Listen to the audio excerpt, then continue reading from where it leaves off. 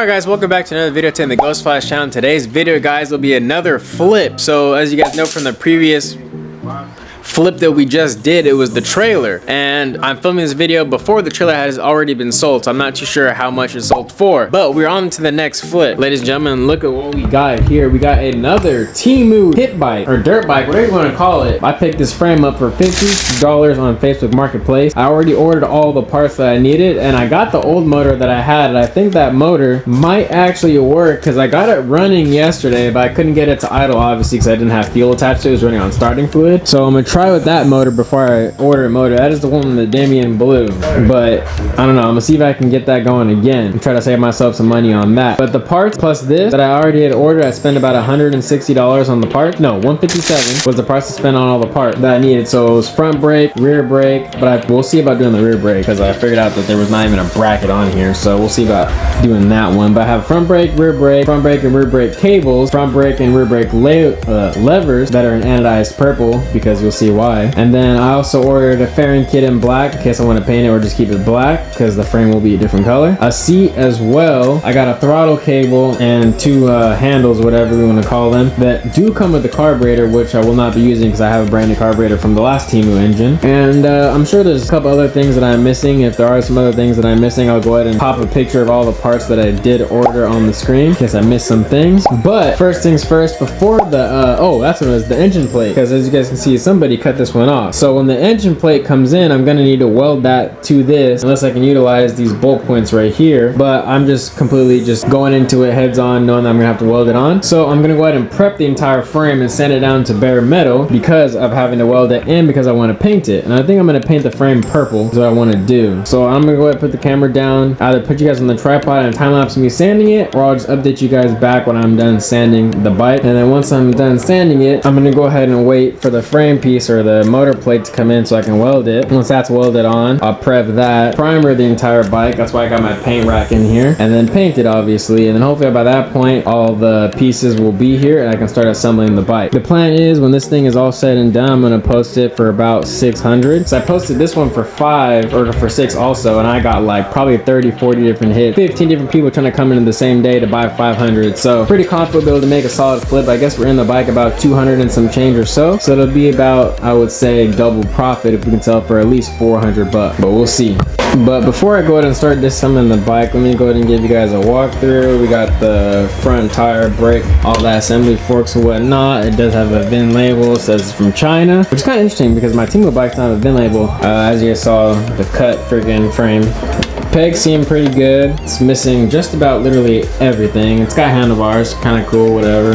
The shock is, as you can see, jerry rig. I just actually put the bolt all the way through. The bolt wasn't even all the way through. It was in and then coming out down here from the bottom, and the shock was popped out the bottom. So I went ahead and fixed that real quick. I wouldn't even say fix. I just popped it in so the damn thing didn't fall out. It's got a sprocket. Good. Happy about that. The frame is a little freaking beefed on both sides. Kind of disappointed on that. It's got a kickstand. Kickstand has no spring, so the thing is freaking floppy, as you guys can see.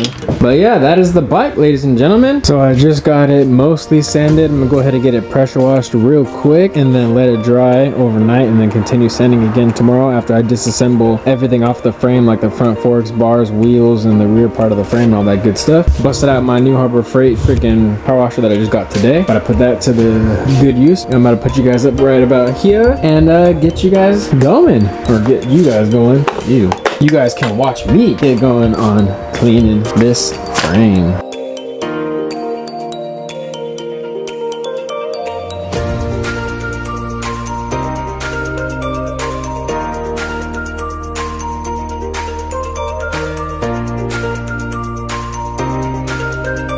Alright guys, so this is an update. Don't make fun of my welds, alright? I'm still getting the hang of this Temu welder and learning it and all that good stuff, but it is mounted on the bike and it is solid.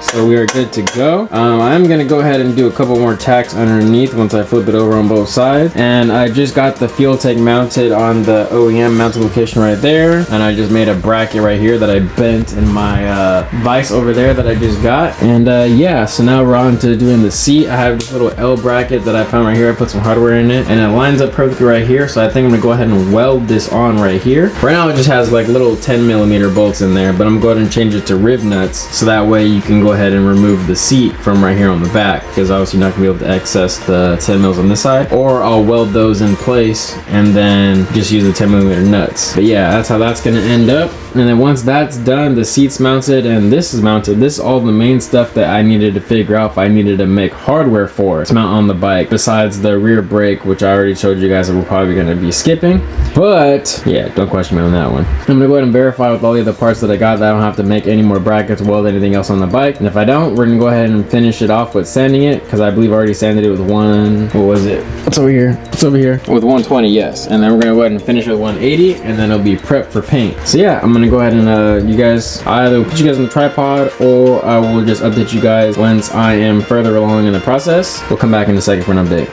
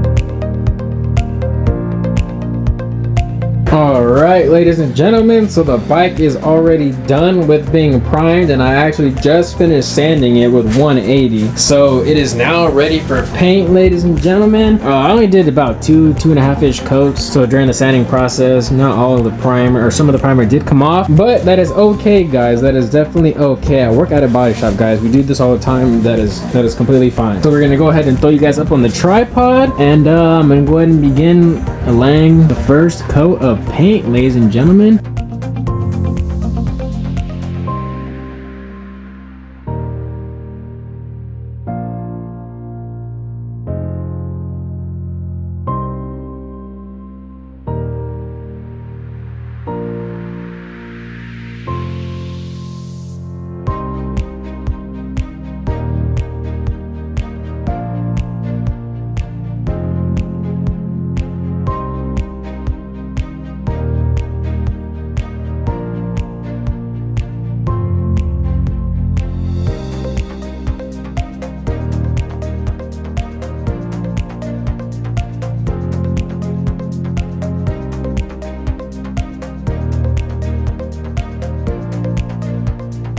Alright guys, it has been almost fully 2 days. I did let the paint cure as much as possible. Look how good this looks. Let me get a flashlight, because bro, this might be my best paint job yet, brother. Dude.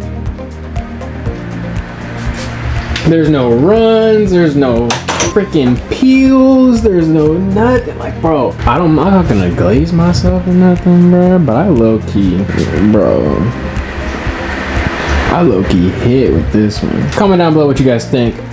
But now seeing the bike all fully purple, the wrap color that I decided to go with, I'm not too sure if it's gonna look good. I'll just tell you guys now, I went with purple. It's a forged carbon purple, but purple on purple, don't know how it's gonna look. But I'm gonna go ahead and start assembling the bike now because the bike has a lot of black accents. So I'm hoping that'll kind of break it up when the fairings get wrapped and get put on. I'm gonna go ahead and throw on the rear wheel, the front wheel, and then we're gonna have to come up with some hardware for the shock and a bunch of other things because the bike was rigged and put together with hopes and dreams, and the hardware that was present in holding the bike together is not, I would say, safe to be used for something that'll be going as fast as it will be and being used for what it's going to be used for. So we're gonna be swapping out all brand new hardware from, of course, my inventory that I have here, and I'm gonna start assembling the bike.